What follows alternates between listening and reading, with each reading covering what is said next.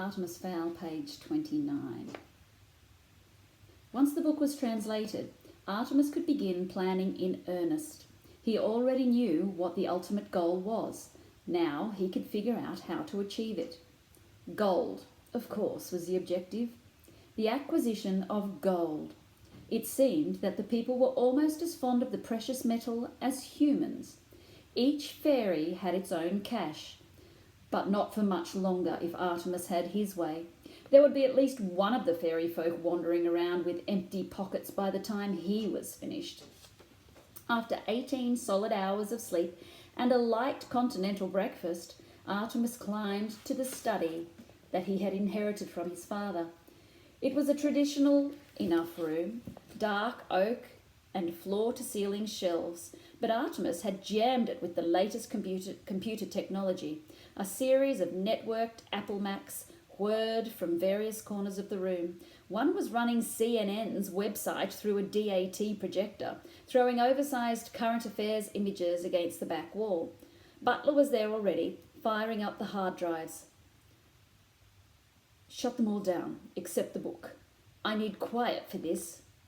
The manservant started. The CNN site had been running for almost a year. Artemis was convinced that news of his father's rescue would come from there. Shutting it down meant that he was finally letting go. All of them? Artemis glanced at the back wall for a moment. Yes, he said finally. All of them. Butler took the liberty of patting his employer gently on the shoulder, just once, before returning to work. Artemis cracked his knuckles. Time to do what he did best. Plot dastardly acts. Chapter 3. Holly. Holly Short was lying in bed having a silent fume. Nothing unusual about this. Leprechauns in general were not known for their geniality, but Holly was in an exceptionally bad mood, even for a fairy. Technically, she was an elf, fairy being the general term. She was a leprechaun too, but that was just a job. Perhaps a description would be more helpful than a lecture on fairy genealogy. Holly Short had nut-brown skin, cropped auburn hair and hazel eyes. Her nose had a hook and her mouth was plump and cherubic, which was appropriate considering that Cupid was her great-grandfather. Her mother was a European elf with a fiery temper and a willowy figure. Holly, too, had a slim frame, with long tapered fingers perfect for wrapping around a buzz baton. Her ears, of course, were pointed. At exactly 1 metre in height, Holly was only a centimetre below the fairy average, but even 1 centimetre can make an awful lot of difference when you don't have many to spare. Commander Root was the cause of Holly's distress.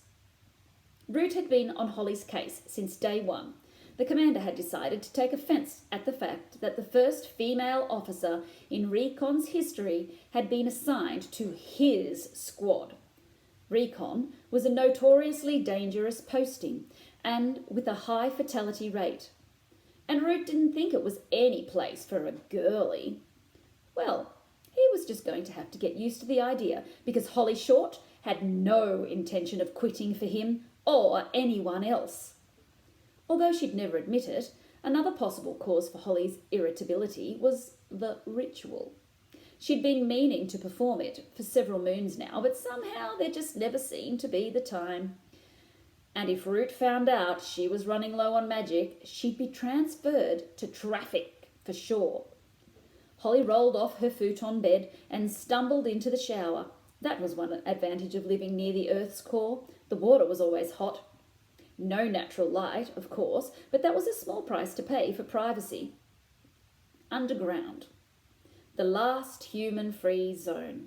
There was nothing like coming home after a long day on the job, switching off your shield and sinking into a bubbling, slimy pool. Bliss. The fairy suited up, zipping the dull green jumpsuit up to her chin and strapping on her helmet. LEP, Recon, uniforms were smart these days, not like the top-of-the-morning costume the Force had had to wear back in the old days. buckled shoes and knickerbockers. Honestly! No wonder leprechauns were such ridiculous figures in human folklore. Still, probably better that way. If the mud people knew that the word leprechaun actually originated from LEP Recon, an elite branch of the lower elements police, they'd probably take steps to stamp them out. Better to stay inconspicuous and let the humans have their stereotypes. With the moon already rising on the surface, there was no time for a proper breakfast. Holly grabbed the remains of a nettle smoothie from the cooler and drank it in the tunnels.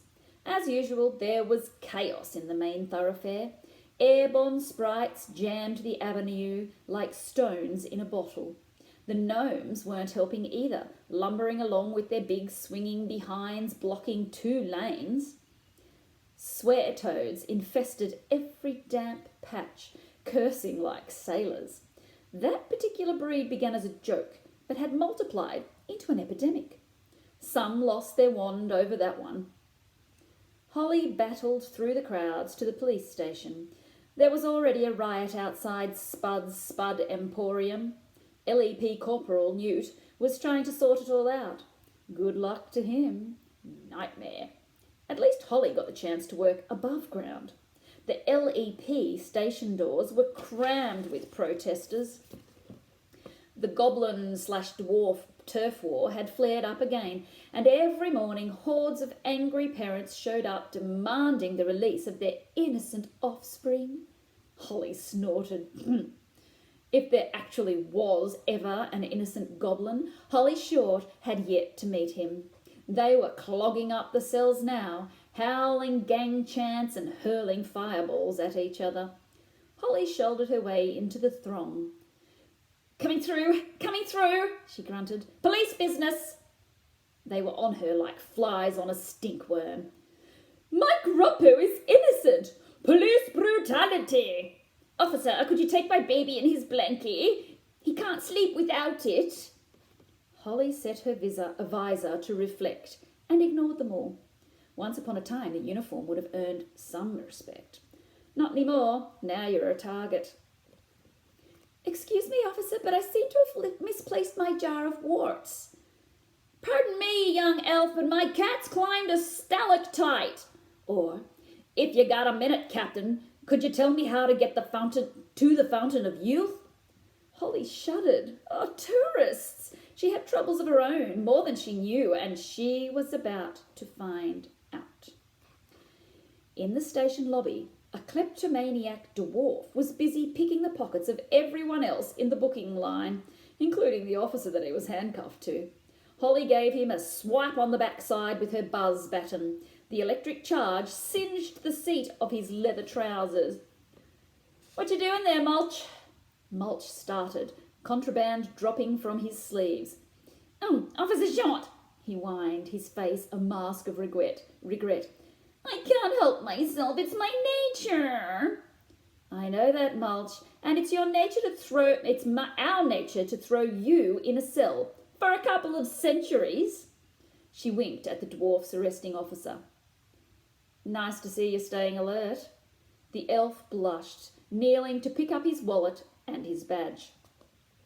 Holly forged past Root's office, hoping she would make it to her cubicle before. Short, get in here! Holly sighed. Oh well, here we go again. Stowing her helmet under her arm, Holly smoothed the creases from her uniform and stepped into Commander Root's office. Root's face was purple with rage. This was more or less his general state of existence, a fact that had earned him the nickname Beetroot. There was an office pool running on how long he had before his heart actually exploded. The smart money was on half a century at the outside. Commander Root was tapping the moonometer on his wrist. Well, he demanded, what time do you call this? Holly could feel her own face colouring. She was barely a minute late. There were at least a dozen officers on this shift who hadn't even reported in yet. But Root always singled her out for persecution. The thoroughfare, she mumbled lamely. There were 4 lanes down. Don't insult me with your excuses. There were 4 lanes down. You know what the city centre is like. Get up a few minutes earlier. It was true, she did know what Haven was like. Holly Short was a city elf born and bred. Since the humans began experimenting with mineral drilling, more and more fairies had been driven out of the shallow forts and into the depth and security of Haven City. The metropolis was overcrowded and underserviced, and now there was a lobby to allow automobiles in the pedestrianised city centre. As if the place wasn't smelly enough already with all those country gnomes lumbering around the place. Root was right. She should get up a little bit earlier, but she wouldn't. Not until everybody else was forced to do the same thing. I know what you're thinking, said Root. Why am I picking on you every day? Well, why don't I ever bawl out those other layabouts? Holly said nothing, but agreement was written all over her face. I'll tell you why, shall I? Holly risked a nod. Because you're a girl! Holly felt her fingers curl into fists. She knew it! But not for the reasons you think, continued Root. You are the first girl in recon, ever! You are a test case, a beacon. There are a million fairies out there watching your every move. There are a lot of hopes riding on you, girlie. But there's a lot of prejudice against you too. The future of law enforcement is in your hands. And at the moment, I'd say it was a little heavy, huh? Holly blinked. Root had never said anything like this before. Usually it was just, fix your helmet, stand up straight, blah, blah, blah, blah, blah. You have to be the best you can be, Short, and that has to be better than everybody else. Root sighed, sinking into his swivel chair. I don't know, Holly. Ever since that hamburger fair... Holly winced. The hamburger fair had been a total disaster. One of her perps had skipped out to the surface and tried to bargain with the mud people for asylum. Root had to stop time, call in the retrieval squad and do 4 memory wipes. A lot of police time wasted. All Holly's fault. The commander took a form from his desk. It's no use. I've made up my mind. I'm putting you on traffic and bringing in Corporal Frond. Frond! Exclaimed Holly. She's a bimbo, an airhead. You can't make her the test case. Root's face turned an even deeper shade of purple. I can and I will. Why shouldn't I? You have never given me your best. Either that or your best just wasn't good enough. Sorry, Short. You had your chance. The commander turned back to his paperwork. The meeting was over. Holly could only stand there, aghast. She'd blown it. The best career opportunity she was ever likely to get, and she'd tossed it in the gutter. One mistake, and her future was past. Oh, it wasn't fair. Holly felt an uncharacteristic anger take a hold of her, but she swallowed it. This was no time to lose her temper. Commander Root, sir, I feel I deserve one more chance. Root didn't even look up from his paperwork. And why's that? Holly took a deep breath. Because of my record, sir. It speaks for itself. Apart from the Hamburg thing, 10 successful recons. Not a single memory wipe or time stop, apart from the Hamburg thing, completed Root. Holly took a chance. If I were male, one of your precious sprites, we wouldn't even be having this conversation, sir. Root glanced up sharply. Now, just a minute, Captain Short. He was interrupted by the bleeping of one of the phones on his desk. Then 2, then 3. A giant view screen crackled into life on the wall behind him. Root jabbed the speaker button, putting all the callers on conference. Yes? We got a runner! Root nodded. Anything on Scopes? Scopes was the shop name for the shrouded trackers attached to American communications satellites. Yep, said caller 2. Bling blip in Europe, southern Italy, no shield. Root cursed. An unshielded fairy could be seen by mortal eyes. That wasn't so bad if the perp was humanoid. Classification? Bad news, Commander, said the third caller. We got us a rogue troll. Root rubbed his eyes. Why did these things always happen on his watch? Holly can understand his frustration. Trolls were the meanest of the deep tunnel creatures. They wandered the labyrinth, preying on anything unlucky enough to cross their path. Their tiny brains had no room for rules or restraint. Occasionally, one found its way into the shaft of a pressure elevator. Usually, the concentrated air current fried them up.